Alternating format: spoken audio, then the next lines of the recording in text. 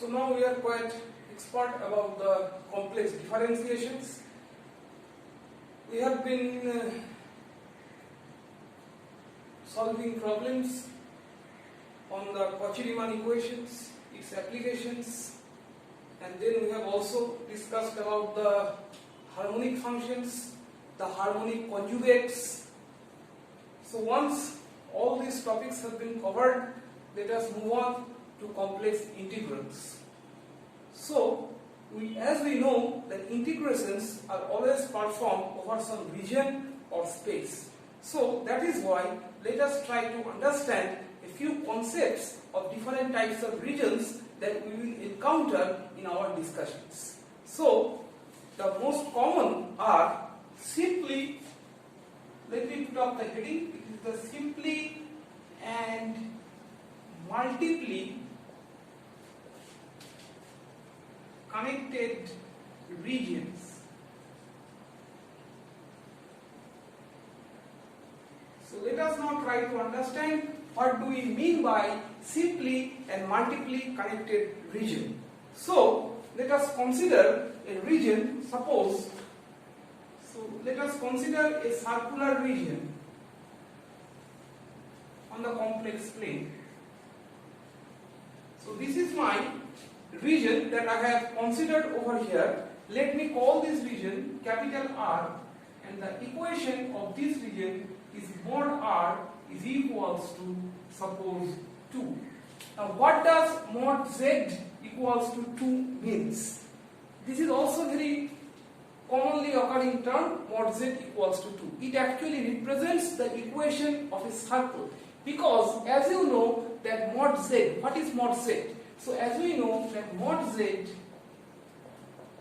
is nothing but root over of x square plus y square.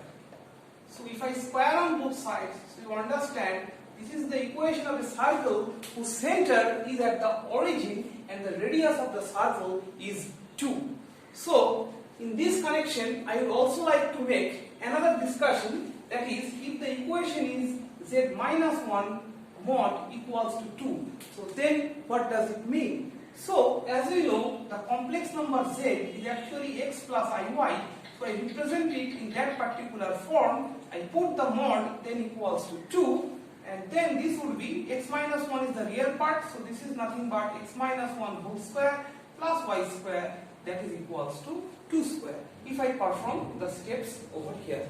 So I take out the real part, that is x minus y, and y is the imaginary part. So the modulus of it is a square plus b square type. So what does it represent? This represents a circle whose center is at 1, 0 and radius is 2. So z minus 1, so now you should be able to answer that z minus 1 is what?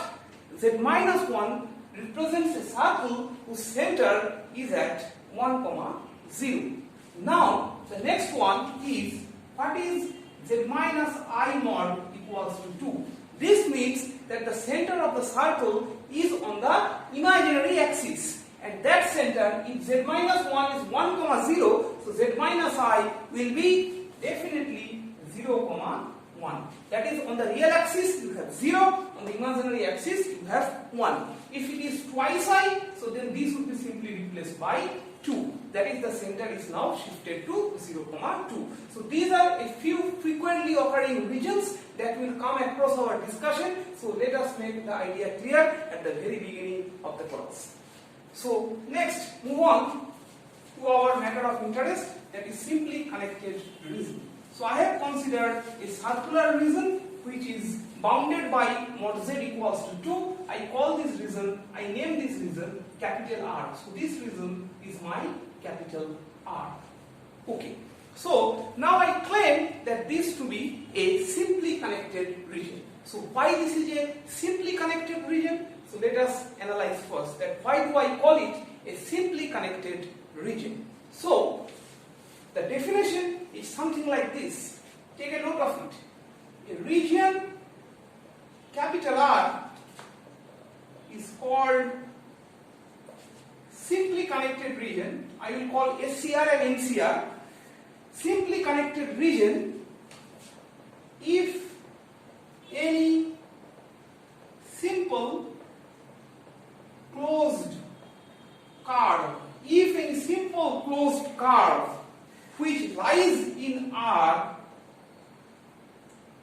which lies in capital R shrunk to a point without leaving capital R. So what does it mean? Let us consider a curve. The region is capital R. So this one is my region. The region enclosed by mod z equals to 2. I need a simply closed curve. So what is a curve now? Okay, I consider a curve. Consider a curve like this, denoted by this blue line. So this one is my curve, present within the region capital R. Now you see that if I want to shrink this curve to its smallest possible limit, that is a point. So you make it smaller like this. So you see that it will shrink to a point, right? So it will shrink to a point, and that point lies on capital R. That is my region. So if the point shrinks, if the curve shrinks to a point and that point lies within the region, so then I will call that region to be simply connected region. So this is what is the definition of simply connected region. So here you see your simply connected region is mod z equals to 2, and you see that this blue line can be shrunk to a point, and that point doesn't leave capital R. So I claim that my capital R is a simply connected region. Okay, now let us go to multiply connected regions, an example of multiply connected region. So here you see that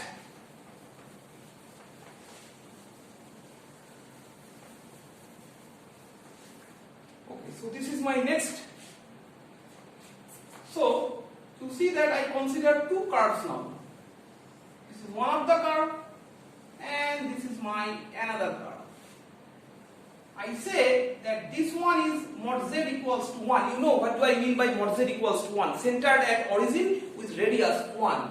And this curve is supposed to be mod z equals to 2. That is of radius 2. Now I make a region, suppose this one. So what is my region? So now my capital R is what? It is 1 less than mod z less than 2. So this is my region. And now the question is, what type of region is this? Is this a simply connected region or it is a multiply connected region? So that for that purpose, you need to consider a simple closed curve like this blue line. You need to consider a simply closed curve where in the region that I am interested. So my dotted region, so this is my point region of interest. So I draw a curve like this over here. So I draw a simply closed curve over here. So what do you find in this simply closed curve? And now the next condition is you need to shrink it. You need to shrink it. Okay. So you need to make it smaller and smaller as much as possible until it shrinks to a point. So now you see, if you try to shrink this, so this will again shrink to a point, but the matter of interest is that in order to shrink it to a point, you have to go outside capital R. I repeat, if you want to shrink it to a point, you have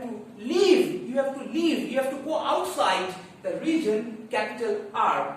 Means you have to come to this region. But this is not my capital R. My capital R is in between the two circles. But if I want to shrink it to a point, then I have to go beyond my region. I have to leave the region. So that is why I call this type of region, that is the region enclosed between radius 1 and 2, that region, I call it a multiply connected region. So hopefully now you can identify that what is a simply connected region. Shrinks to a point, and that point shrinks to a point without leaving the region of interest. Shrinks to a point but leaves the region of interest. So that is what's the difference between a simply connected region and a multiply connected region. So this region, I will call it a multiply connected region. So this is a multiply connected region. Or basically you may say that multiply connected regions have holes within it. I repeat, multiply connected regions have holes within it. Here you see there is one hole over here. Let me show you another multiply connected region. Consider this example.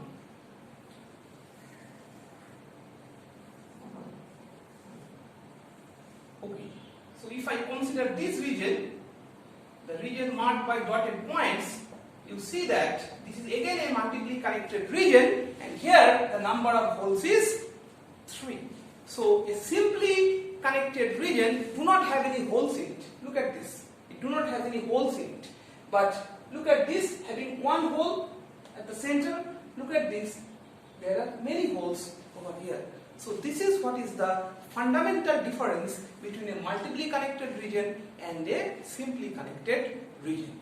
Now the next topic is, many a times you will see that multiply connected regions are reduced approximately, I repeat, reduced approximately to a simply connected region. How is it possible? Okay, so let me show you the next discussion.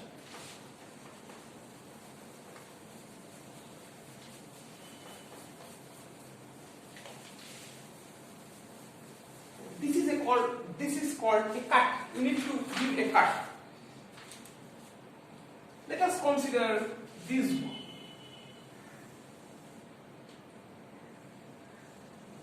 Okay, so you see that this is a multiply connected region. The region between the two circles is a multiply connected region, and in between there is a hole over here.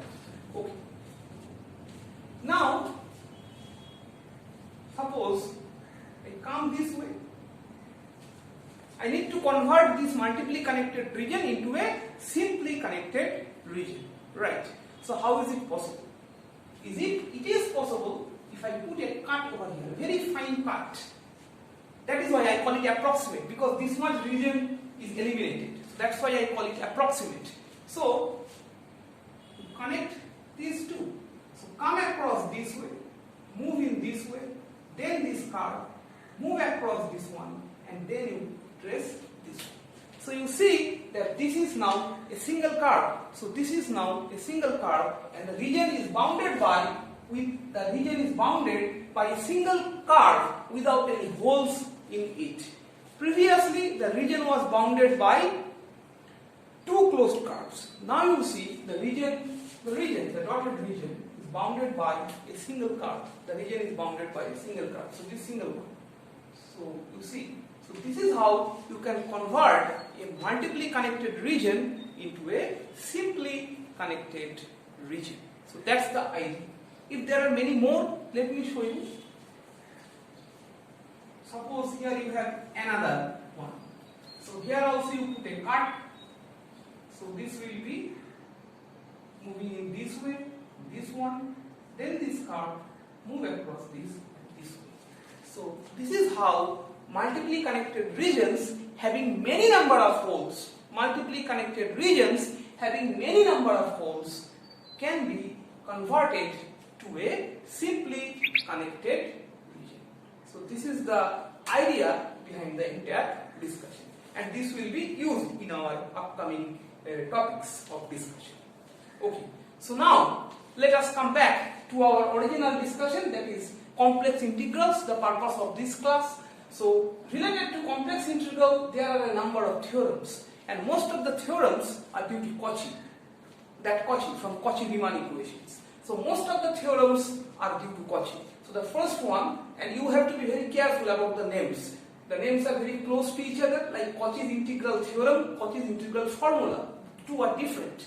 So let us try to see the different theorems. So in this class I will show you the different theorems related to complex integral, and in some other class I will show you that how to use this integral to solve numerical problems.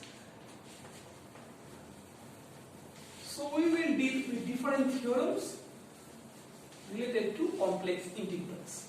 So the first theorem, the most fundamental, is the Cauchy's integral theorem.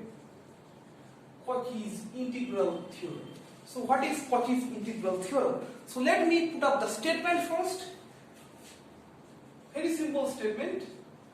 If a function fz is analytic, so now you understand what we mean by analytic from our previous discussions. If a function fz is analytic inside and on a simple closed curve inside and on a simple closed curve C, then closed integral over C fz dz, that is equals to 0. So that's the statement of Cauchy's integral theorem. If a function fz is analytic, so you have to test the analyticity. You know how to check whether a function is analytic or not. A function fz is analytic inside and on a simple closed curve, simply connected region. So you need a simply connected region. So this is your simply closed curve. So the function is analytic inside this and also on this. Inside this and also on the curve. Then it follows something of this type, closed integral fz dz over C, that is equals to 0. In many of the texts you will find that the closed integral is not there, but it is implied that it is closed over the curve C, because curves in complex integrals are always closed in nature. So even if the close sign is not there in some of the texts, you understand that by default it is closed integral. Let us now try to prove this theorem. Let us try to prove this theorem. Let us recall the conditions of analyticity. You know that if a function fz is analytic, then there are two conditions.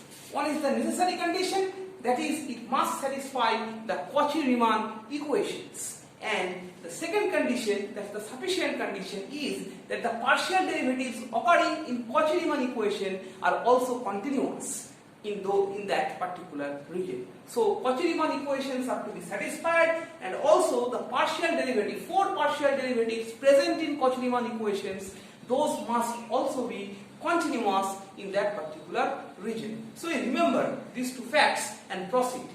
Okay, so now I will move on to the proof of this theorem. Recall Green's theorem. Okay, so you remember the Green's theorem, which is if mx comma y, nx comma y, then del n del x, del n del y, these are continuous within a region capital R bounded by a curve C, then we have a theorem of this nature, m dx plus n dy is equals to double integral del n del x minus del n del y into dx dy. This is over the curve C and this is over the region capital R. So this is the Green's theorem on a plane that you are quite accustomed from your classes of vector analysis. But you remember that these factors are to be continuous within that particular region. Now let us see that how we are going to apply this theorem for our use. Right. So you also now remember that f you know it is u function of xy plus iv function of xy. So this is your u and v. And also you remember your z. Z was x plus iy, so simply dz will be dx plus I dy. Now, what is your left hand side? It was closed integral fz dz over the curve C. Now, let us put the values as I have obtained from here. So, whatever I obtained is u plus iv, and then you have dz is dx plus I dy. So now I multiply them and separate out the real and imaginary components. So in my first integral I put the real parts, that is u dx, and over here I square is negative, so it is minus of v dy, and in the second integral I put okay, I take I common, then I put v dx plus u dy. And you note that from the standard form, this is in the standard form of Green's theorem, but here I have a negative sign, so this one I will be taking as minus v to be the term, that is u dx plus minus v into dy. So that is what do I take. So now I need to simplify this. I will be applying the Green's theorem that has been written over here. So let me apply the Green's theorem that we have learned just now.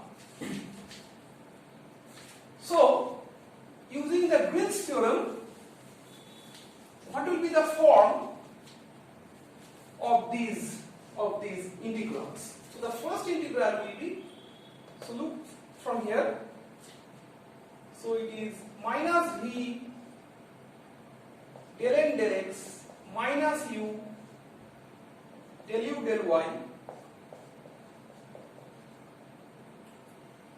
dx dy plus I close integral, and over here I repeat the same, del u del x minus del v del y, and that is dx dy. So this is what I obtained after applying the Green's theorem.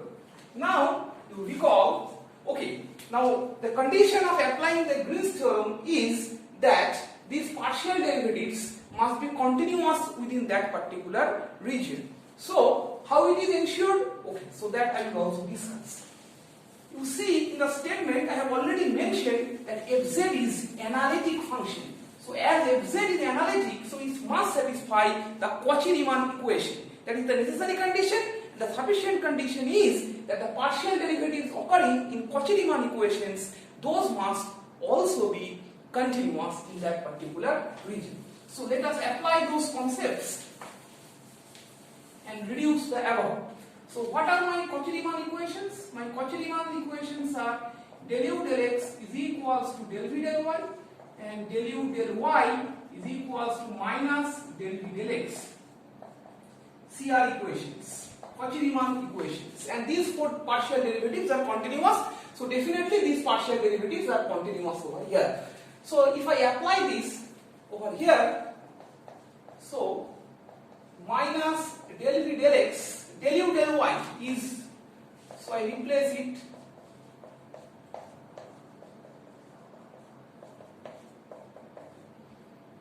so del u del x I replace del v del y.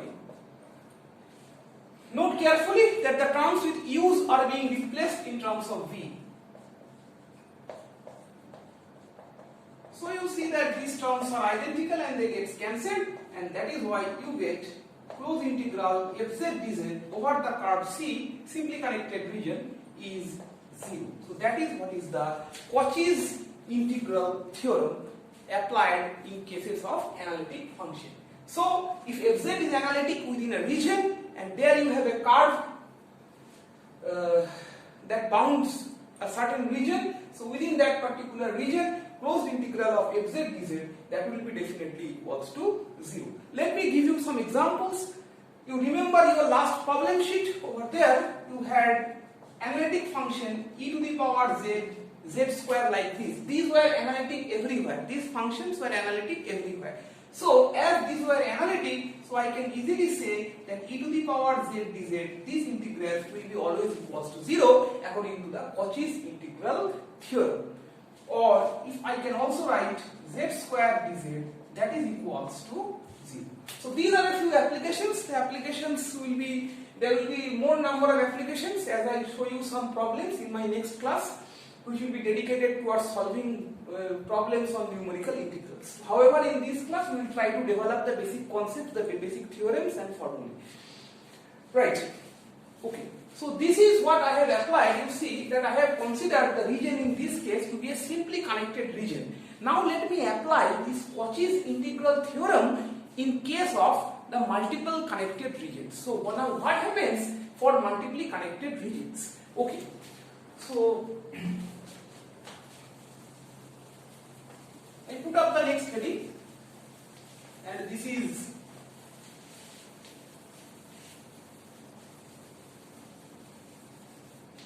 extension. This is extension of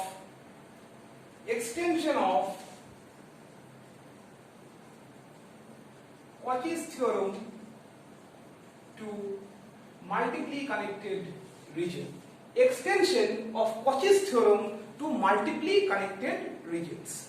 So what happens in case of a multiply connected region? So the statement is something like this: if fz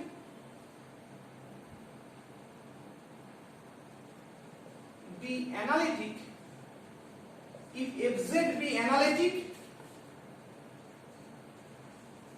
in a region capital R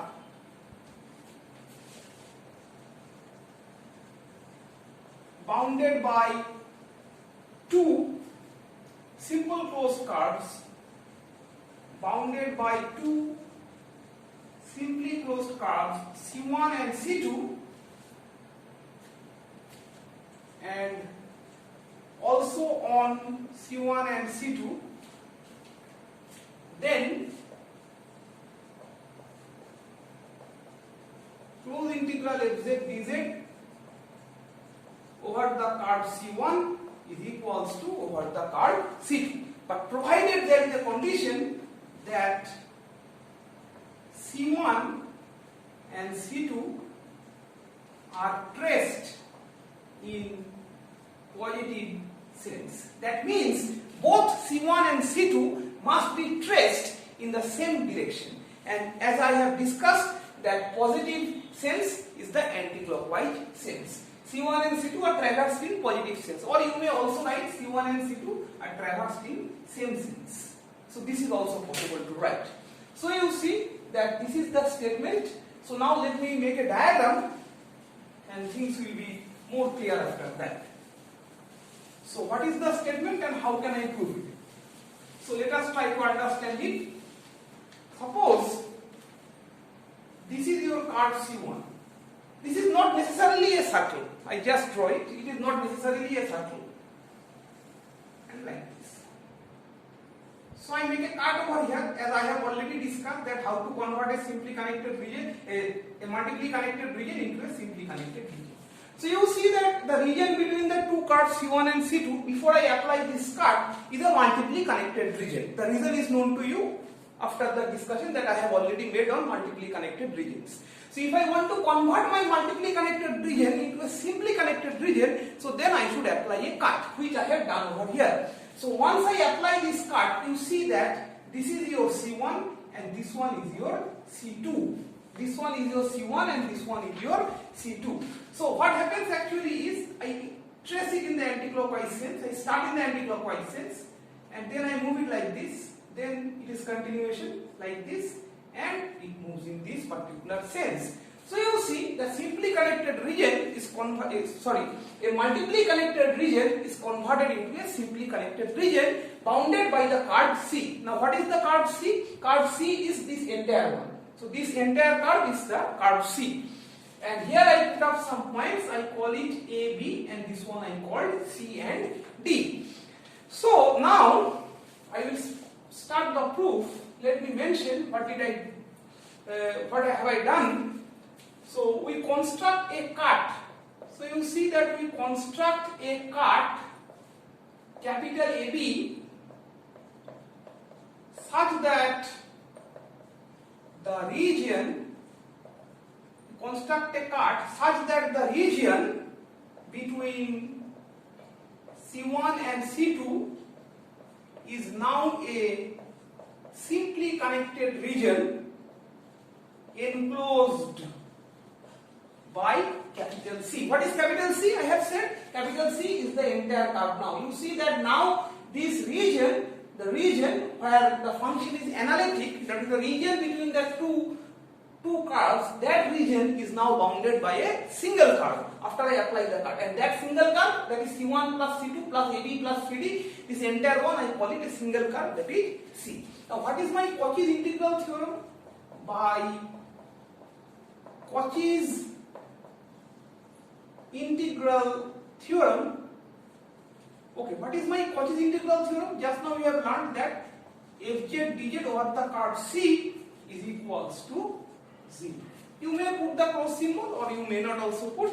It is by default it is closed. So close integral fz dz, that is equals to 0. Now what is my C consisting of? I have already said that my C is consisting of a C1 fz dz, then it is consisting of AB,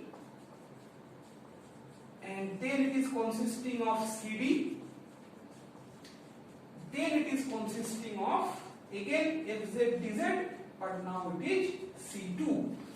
You concentrate on this portion of it, you see that there is an integral about AB and then along CD. But definitely these two integrals are going to be cancelling each other because these are the two same integrals. Now it may so appear to you that AB and CD are not identical because these are different points, but actually when I apply the cut, my approach will be to make this region as small as possible, to make this one as small as possible, because you see that as soon as I put the cut, I lose this amount, and this losing of the surface must be as small as possible. So if this one is small and smaller, that means that B and C converges together. So from here I can say that my B and C are equivalent points, whereas A and D are again equivalent points. So that is why A to B and B to A. B to A is equivalent to C to D. A to B and B to A. So these are equal and opposite. So that is why these two will give you 0. Why? Because I mentioned it, because integration over CD fz dz is equal and opposite to that of AB fz dz. So I hope you have understood. Let me fz dz is equals to negative fz dz. This is over AB and this is over CD. So integral along CD is negative to this. So that is why these two terms will contribute 0, and you are left with C1 fz dz is plus fz dz C2 is equals to 0. Now something interesting is going to happen. Just look at the statement once more.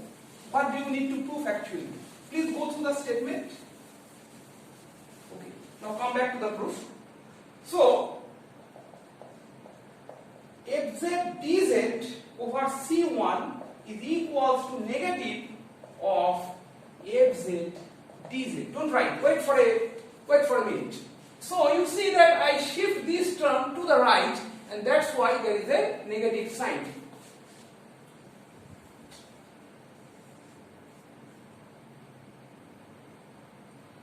You see that this was my tracing direction, this was my C1 and this was my C2. Now to note carefully that C1 and C2 are traversed in the opposite sense. Note carefully, C1 and C2 are traversed in the opposite sense. One is along anti-clockwise and another is along the clockwise. So you look at your statement, there you will find the point that both C1 and C2 are traversed in the same sense. So same sense means either both are in clock or both are in anti-clock. I will take anti-clock because anti-clockwise is my positive sense, and that is why I remove this negative sign. Once I remove this negative sign, that means what have I done? I have removed the negative sign. That means what? You see, concentrate once again. I shift this term to the right, I obtained a negative sign. Now I remove the negative sign. What does it mean? I remove the negative sign. What does it mean? So it means that I have reversed the direction of the integral. So I remove the negative sign, and that means I have reversed the direction of the integral. And now you see that this statement is the statement that I have mentioned. That is what I need to prove actually for multiply connected regions. So these two integrals are equal. You see that it was negative. When they are traversing in the opposite sense. So as soon as I remove the negative sign, that means that both are now in the same sense. I remove the negative sign, I reverse the direction. So that is what you see, both are now in the anti-clockwise sense, and this is the statement that what I intend to prove in case of multiply connected regions. So please remember this statement. This is also going to play a very important role while solving different problems on complex integrals. Okay, so let us now move on to the next discussion. So there is a corollary of this particular statement. Suppose here I have one hole in the region. It is a multiply connected region. You know, multiply connected region have holes. So if your multiply connected region have multiple holes, so then what will be the form of the above equation? Okay, so simply by method of induction, simply from your intuition, you can write it that suppose this is your multiply connected region and you have three particular holes over here. That means your function fz is analytic everywhere except these particular holes within the region. So your function is fz is analytic everywhere except these particular holes. So as before, your task will be to make cuts, to produce cuts and make them simply connected regions. So you can see how can I make it. So it goes like that. Then it comes around this way, then this way, and that. And similarly, the issues will continue. So if this is my C1, C2, C3 and C4, so then this statement will take the form. My primary goal is to integrate about the external curve, that is fz dz over C1. So if I have one hole, then the form is simply C2 fz dz. Now if I have multiple holes, then the form will be nothing but, so if you just extend the idea of your last proof, then it is very easy to show that it is now fz dz, and again it will be fz dz over C4. So I hope now the idea is very much clear to you. So this is the primary integration, that is integration C1 fz dz, and then it is the summation of the three different integrals over the three different regions that are present in the last diagram. So you should remember these two techniques. These are going to play a very important role. So please try to develop the concept and understand it properly, that integration over C1 is equals to integration over C2, and integration over C1 is equivalent to the summation of the integrations over the different curves present in the multiply connected region. Okay, so this is just a corollary of the above. Now let us try to discuss the issues where the integrand, you see that till now I have discussed about integral fz dz, where fz is analytic within the region of interest. I repeat, fz is analytic. So far in our discussion, fz was analytic in the region of interest. Now if the function, if the integrand means the function, that is I am integrating. So if the integrand is not analytic within the region of interest, so then how this will be modified? So next whatever I am going to discuss is Cauchy's integral formula. Last time you have learned Cauchy's integral theorem. So this one is Cauchy's integral formula. So don't get confused with the names, memorize it, try to remember it. So my next discussion is Cauchy's integral formula. So what is the Cauchy's integral formula? Okay, so let me first make the statement again. If fz is analytic within and on a simple closed curve C, and z equals to a is a point within C, then f of a will be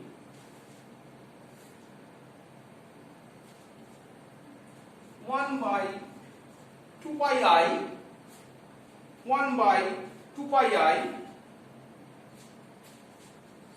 closed integral of fz divided by z minus a into dz. So let us try to understand this. So first of all, you concentrate on your integrand. So what is your integrand? This entire function is your integrand, fz by z minus a. So now first of all you answer that if fz divided by z minus a, is it an analytic function or not? The answer is simply no. Fz by z minus a is not analytic. So why it is not analytic? Because you see that at z equals to a, the function is undefined. I repeat, fz is analytic within the region of interest. It is already mentioned. Fz is analytic, right? Fz is analytic. But my integral, if I call it gz, let me call it gz. So my gz is not analytic within the region of interest. So fz is analytic within the region of interest, but gz, that is my integrand, is not. So now how to tackle the issue? So far whatever we have done in our all classes is related to analytic function. But this is for the first time you encounter a function which is not analytic at a particular point. So now what to do and how to deal this issue? Okay.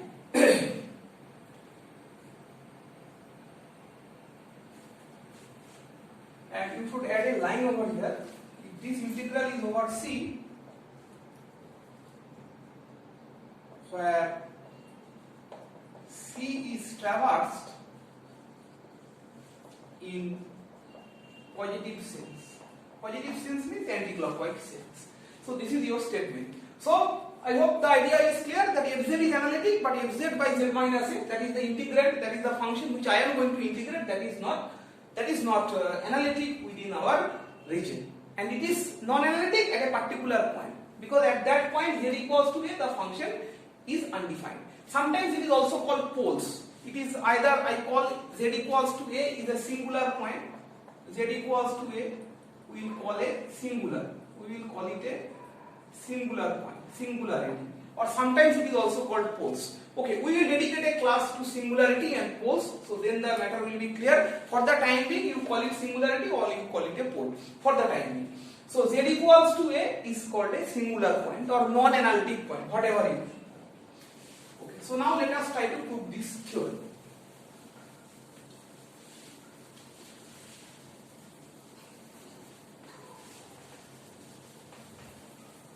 So I need a simply connected region.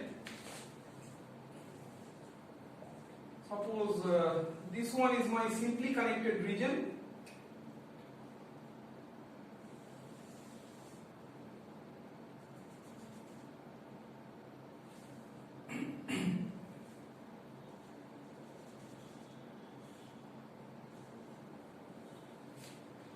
Okay, so this point is z equals to a. And this is the region where the function is analytic. This is curve C. And suppose this one I called C1. Okay. First of all, I mentioned that the function fz by z minus a, is it analytic? Answer is no. The function fz by z minus a, it is not analytic where at the point z equals to a. Except z equals to a, you consider any other point. Suppose you consider z equals to 2a. So there the function is defined. Okay. So there it is analytic. The function fz by z minus a is analytic.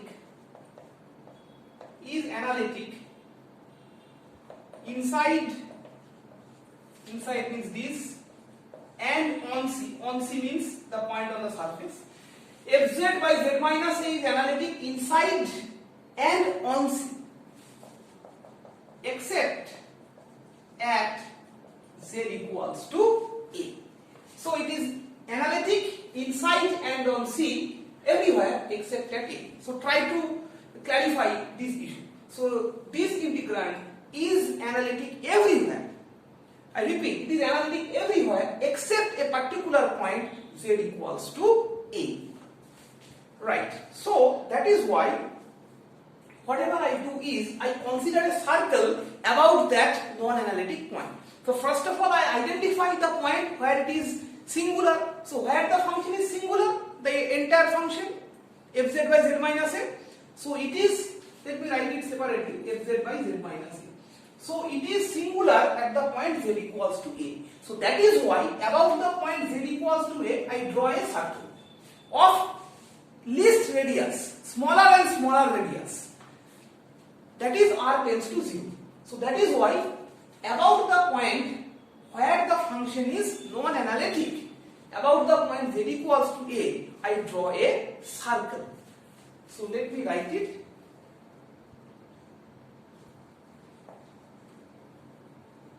We construct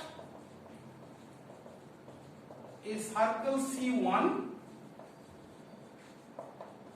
about the pole, okay, leave it, about z equals to a. We construct a circle C1 about z equals to a of radius. What is the radius? R, tending to 0. Because the function is analytic everywhere except at z equals to a. So that is why this region, so I should make it as much small as possible. I should make it as much small as possible. So that is why this circle is of radius r, which is tending towards 0. So let us recall the last theorem. By extension of Cauchy's integral theorem, by extension of Cauchy's integral theorem to multiply connected regions. So you have just now learned the theorem that if you put up a cut over here, so just now you have done it. So the theorem is the integration over the exterior curve, that is C1, is equivalent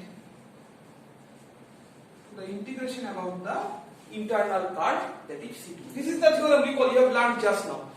So that is integral C1 fz dz. I have said that this is a very strong tool. So you see the first application of it, that C1 fz dz is equals to fz dz over C2.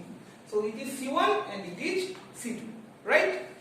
This is nothing but the application of the previous theorem. You integrate about C1 and you see that another condition was there. Okay, I made a mistake slightly, that is this is C and this is C1.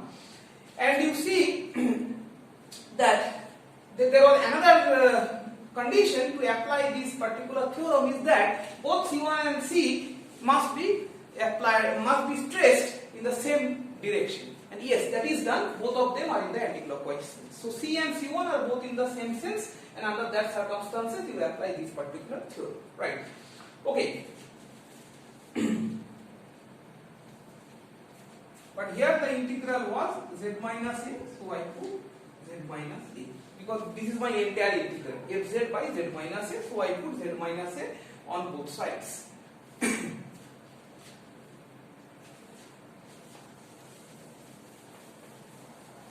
Next, so far what I have done is I have found out the point of singularity. The point of singularity is z equals to a, and taking that z equals to a as the center, I construct a circle of minimum radius. That is, the radius r is tending towards 0. It is to be noted that both the curves C and C1 are traced along the same direction, that is the anticlockwise, and under these circumstances, by applying Cauchy's integral theorem to multiply connected region, you have an expression of this particular type. Now, what is the equation of that circle? So now it is very easy to understand for you, because I have started the class with the equation of circles. So what about the equation of circle? What is the equation of this particular circle? This equation. So what is the equation? According to the class that I have started with, the topic of discussion, the equation of the circle is modulus of z minus a, modulus of z minus a. You understand, this means that the center is at a, modulus of z minus a is equals to r. This is the equation of the circle. So how did I obtain it? That I have discussed at the very beginning of this class.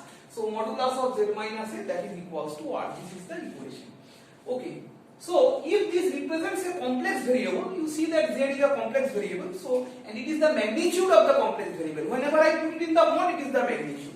So what is the entire complex variable? That is, you know that the complex variable consists of a magnitude and then a phase or the argument part of it. So there is a magnitude and then there is a phase part.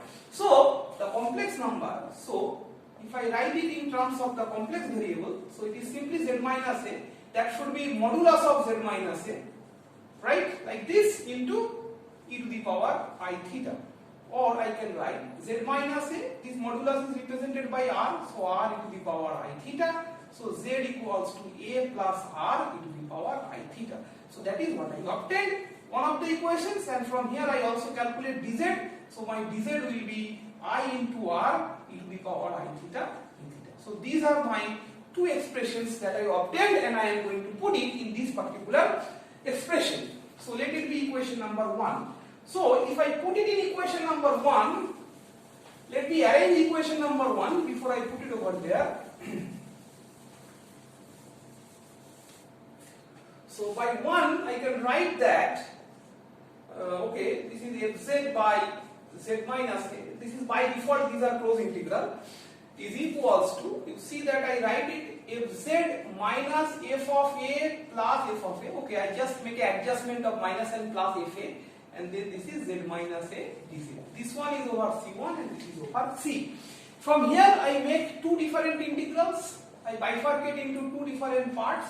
So fz by f of a divided by z minus a, this is the first, and the next one is fa dz divided by z minus a, this is over c1. So you see that I make two parts of the integral. Now what actually happens is, let me consider the integrals separately. So now I consider the integrals separately. So if I consider my integrals separately, what actually happens is, let me first consider the first integral. What happens first integral? Sorry, let me first consider the second integral, because this looks to be simple. Second integral, I can write that integral over c1 fa dz divided by z minus a. Fa being a constant, I take it out of the integral, fz by z minus a over c1. Put the values from here, you have the value of dz, you have the value of z. Put it over there and simplify. So this will give you dz is I into r e to the power I theta d theta divided by, what is my z minus a? It is r e to the power I theta. So you see that most of the terms gets cancelled from here. You have I, let me take I off from here, f of a, and you see that this is the integral over d theta, over a closed curve. So d theta integral over a closed curve gives you the total angle, that is 2 pi. So integral d theta is 2 pi. So whatever result I obtained is, I obtained 2 pi I times of f of a. This is my second integral. So you remember this second integral, and now let us proceed to the first integral. So what happens in the first integral? Okay. So here I evaluate the first integral. So this gives me c1 fz minus fa divided by z minus a into dz. Okay, I missed the dz over here. Please add it. Okay, what happens over here is, I follow the same technique. So according to my same technique, I put f of z. What is the value of z? The value of z is a plus r e to the power I theta minus f of a divided by, this was r e to the power I theta, and what is the value of your dz? So the value of dz was I r e to the power I theta d theta. So r e to the power I theta gets cancelled from either side. Let me take I off over here.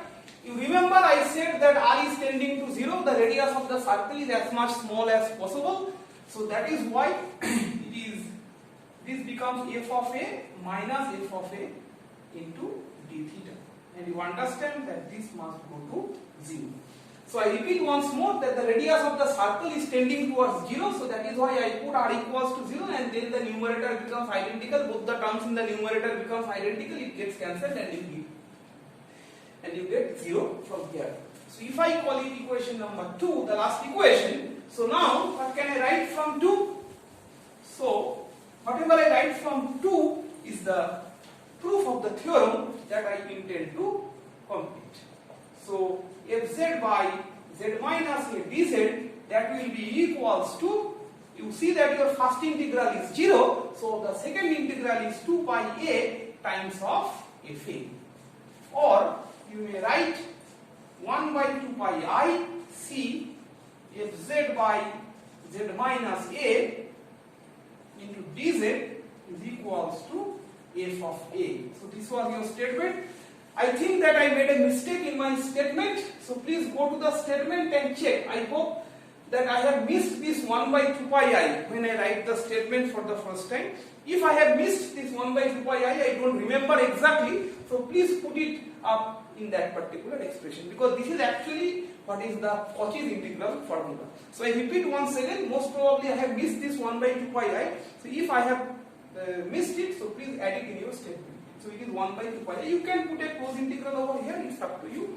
You may or may not put it, but then it is by default, it is closed integral. So you memorize this particular result, because this will be also frequently used while solving complex integrals. So this is called Cauchy's integral formula. You remember that fz is analytic at all points, but the integrand fz by z minus a is non-analytic at the point z equals to a. And then the treatment that I have shown you, try to memorize the result always. This will be helpful while solving numerical examples. The proof is only for your exam. And this is the last topic of discussion of this particular class. So this is under the heading Cauchy's integral formula, but it is for derivatives now. Cauchy's integral formula for derivatives. So it is just a mathematical treatment. Cauchy's integral formula, Cauchy's integral formula for derivatives. Okay, Cauchy's integral formula for derivatives. So let me again write and put up the statement. So the statement of this particular theorem is, I start with same type of condition. If fz is analytic inside and on the boundary of a simple closed curve, SCR means simply closed curve C, and z equals to a is inside C. You see that the statement, the condition is similar to that of Cauchy's integral theorem. Then it is f prime a equals to 1 by 2 pi I close integral fz by z minus a whole square into dz. So this is your statement. So you see, you note the difference, you just remove this derivative and this square, it becomes Cauchy's integral formula. So if I put a square over here, then it is the first derivative. And similarly, if I put a cube over there, then it will be the second derivative, and so on. There is one modification, there will be a factorial over here. Okay, I will show it to you. So let me first show you the first the first proof of it, that Cauchy's integral formula for the derivatives. So before I start the proof, let us recall the Cauchy's integral formula. Recall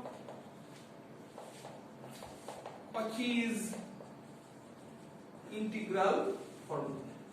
So what is the Cauchy's integral formula? So as you know, it is f of a is equals to 1 by 2 pi I close integral over c fz by z minus a. Okay, so this is my Cauchy's integral formula.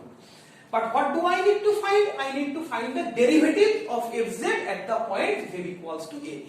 From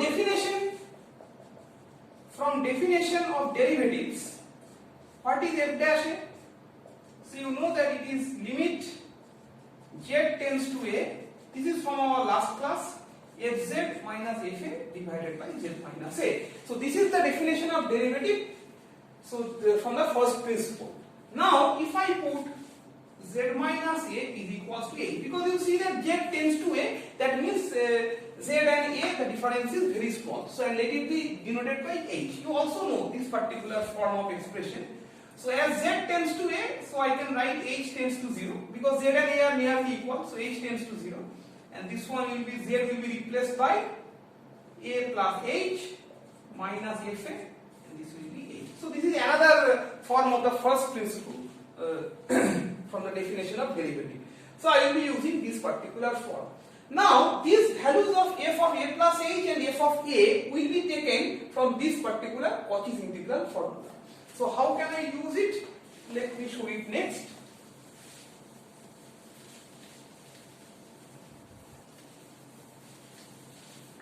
So limit h tends to 0, I keep aside. 1 by h I keep aside. You see that if I put the values of both of these, I will be having 1 by 2 pi I. So I put 1 by 2 pi I, that is present in both of the terms, and then I put that in the first one I put f of, you see that this was fz by z minus a. So fz by, actually here a is replaced by a plus h, a plus h. So this over here, this z minus a, this a will be replaced by a plus h dz, and next again it is fz divided by, so f of a, what is the value? Fz divided by z minus a, just replace the value of f of a, so that is z minus a into dz. So this is what you get. Now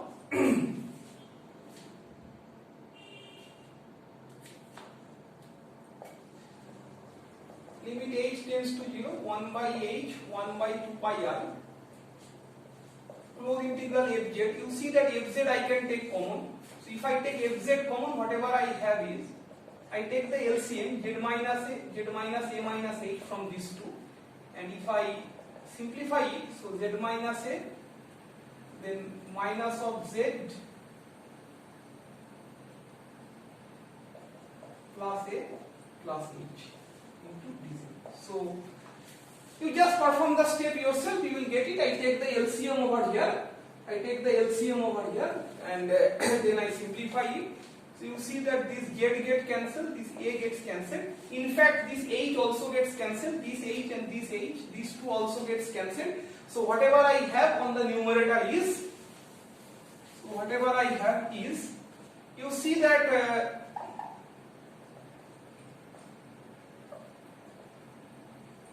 see that if I put h tends to 0, this h gets cancelled, these are cancelled. So if I put h tends to 0 in this particular term, then whatever happens is, it is 1 by 2 pi I close integral z divided by, what is this? Z minus a, and if I put this to be 0, this is another z minus a.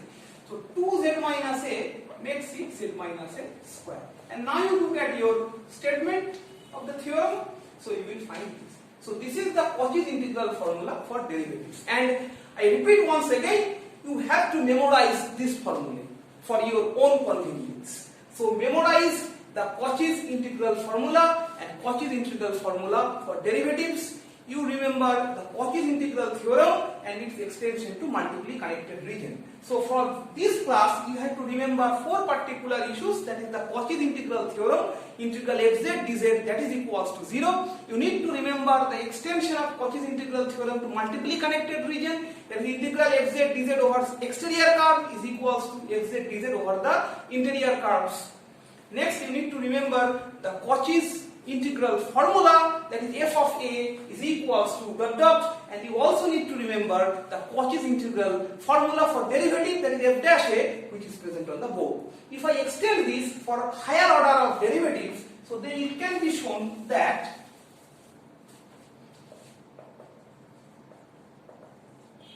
for higher orders, it can be shown that f double dash a will be 2 factorial divided by 2 pi I close integral fz dz divided by z minus a cube.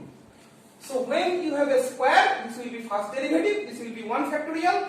When there is a cube, this will be second derivative and 2 factorial. And extend this idea. Okay, so now it may so appeared to you that where from do I get the 2 factorial? So this is very simple to understand. You recall the Taylor's expansion. What is the Taylor's expansion? Fx is equals to f of a plus h f dash x plus h square by 2 factorial. So that 2 factorial is contributing h square by 2 factorial f double dash a. So you understand that f double dash a is associated with h square by 2 factorial. Then h cube by 3 factorial f triple dash a. So triple derivative is associated with a 3 factorial. So that is why double is associated with the 2 factorial. If you put it entirely using the same concept, you will get it yourself. And if I extend the idea, so FNA means this is the nth derivative. So if we apply it for the nth derivative, so then you will get FNA is equals to n factorial by 2 pi I, and then it will be closed integral of fz by z minus a whole to the power n into dz, n plus 1, because first derivative it is 1 increase, that is 2, second derivative it is 1 order higher, that is 2 plus 1 3, so for nth derivative it will be n plus 1. So this is all about today's class, and this is all about what you need to memorize. You need to memorize all the orders, so basically it's better to remember this formula. So this is all about the today's class. So you try to understand the concepts that has been provided, and you also please memorize the formula that is for your own convenience to solve the numerical problems. In the next class, I will be discussing the numerical problems related to these particular issues on complex integral. Thank you.